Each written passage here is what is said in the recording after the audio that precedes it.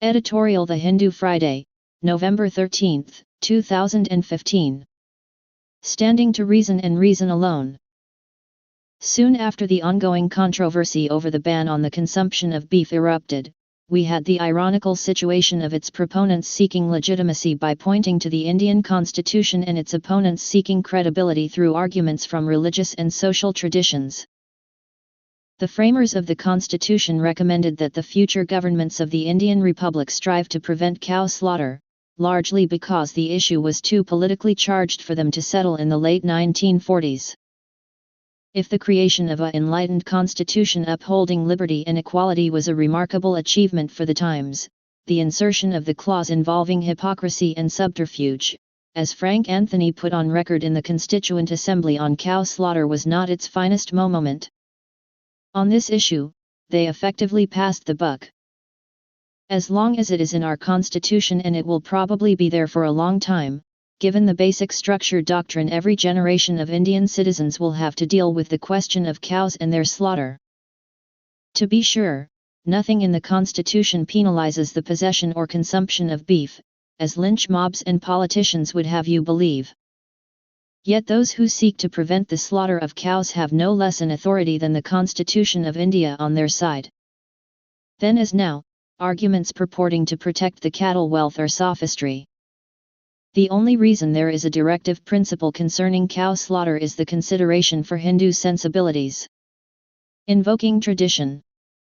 Therefore, perhaps, the opponents of beef ban have energetically offered Hindu religious tradition and practice to demonstrate that the slaughter of cows prevailed during Vedic times and that consumption of beef was not uncommon even among Brahmins. The great Upanishad sage Yajnavalkya is reported to have consumed beef only if were tender.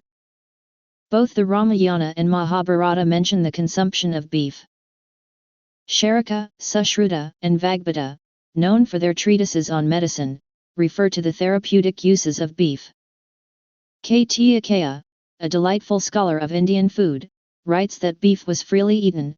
There are 4 names for this meat in the early Tamil language, showing that it was a common and well-liked food. He also notes that by the time of Al-Biruni's visits to India in the 11th century CE, social attitudes had turned against the eating of beef. Even so, many communities in different parts of India continue to eat beef. Not all Hindus share the same sensibilities. There is no hard and fast rule against beef within the parameters of the broad Hindu faith. However, whether or not the ancient Hindus ate beef is beside the point. The question of whether the Indian Republic ought to be concerned with cow slaughter is not a sectarian one. It should be answered from the ground of reason. For our Constitution is not grounded on theology or tradition but firmly in the Enlightenment values of reason, individualism, and liberty. There was no precedent for equality of citizens, fundamental rights, and universal franchise in Indian tradition, until the Constitution came along in 1950. The Indian state is a republic of reason, not an altar at which the tenets of the many faiths and spiritual paths of the Indian nation are worshipped. Democratic imperative. So the arguments for and against the beef ban must be based on reason. If democracy is not to become an instrument to impose majoritarian mores on the entire population, the only way is to use reason for public persuasion. Of course, it is hard to single out the cow for special protection on any rational ground, but there is a case for vegetarianism. Michael Pollan, who considers some of the ethical dimensions of our diet in The Omnivore's Dilemma, A Natural History of 4 Meals, contends that were the walls of our meat industry to become transparent, literally or even figuratively, we would not long continue to raise, kill, and eat animals the way we do. It is possible to persuade people of the merits of vegetarianism without recourse to sanctimony. Similarly, the case against the beef ban ought to rely on science, public health, nutrition, and economics. There is enough evidence that beef is a relatively inexpensive way for the poor to have access to dietary protein, and thus is useful in tackling the widespread malnutrition in our country. Now many prominent participants in the beef controversy are engaged in it solely to reap dividends of the politics of bigotry. Yet the issue of cow slaughter and beef consumption is an unsettled question of public policy that we, for the reason that it is in our Constitution, must find ways of setting to rest. The more we use public reasoning to argue the matter, the less space we give to divisive politics by cow. It is popularly argued that solutions can be found within the religious framework. All we need to do is empower the moderates and they will persuade the extremists. In societies where the effects of the European Enlightenment have been indirect or peripheral, this seldom happens.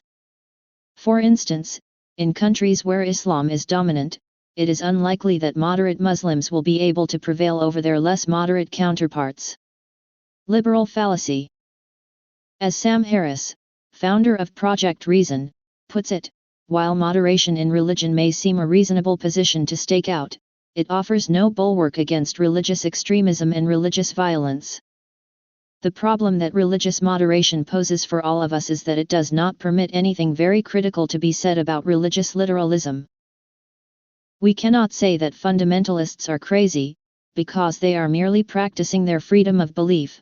We cannot even say that they are mistaken in religious terms, because their knowledge of Scripture is generally unrivaled. All we can say, as religious moderates, is that we don't like the personal and social costs that a full embrace of Scripture imposes on us.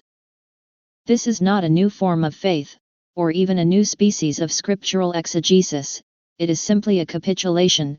We must not, therefore, play the game according to the rules and out-of-bounds markers set by a religion, or indeed, by all of them.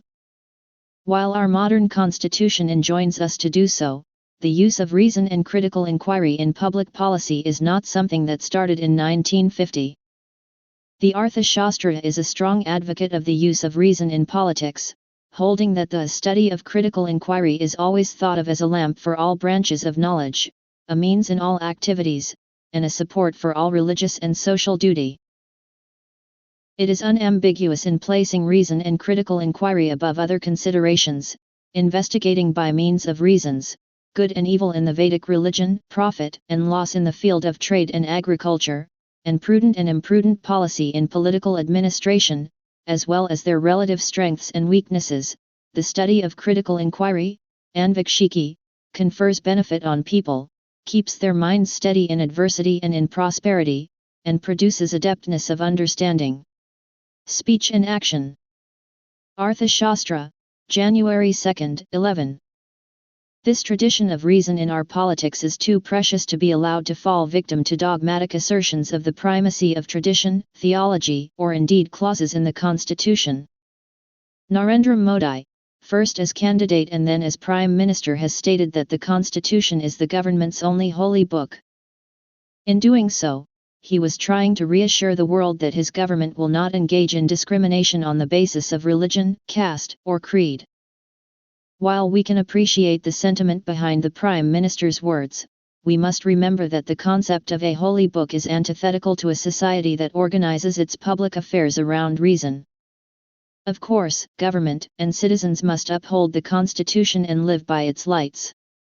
That said, every law, every statute and every clause is and ought to be subject to public reasoning. For instance, the criminalization of homosexuality, the existence of multiple personal laws, the low bar to what is considered sedition, and indeed the advice against cow slaughter, to name a few contemporary issues from our penal code and constitution, must be re-examined in the court of the latest knowledge and understanding of the world. They should stand only when they stand to reason. Thank you.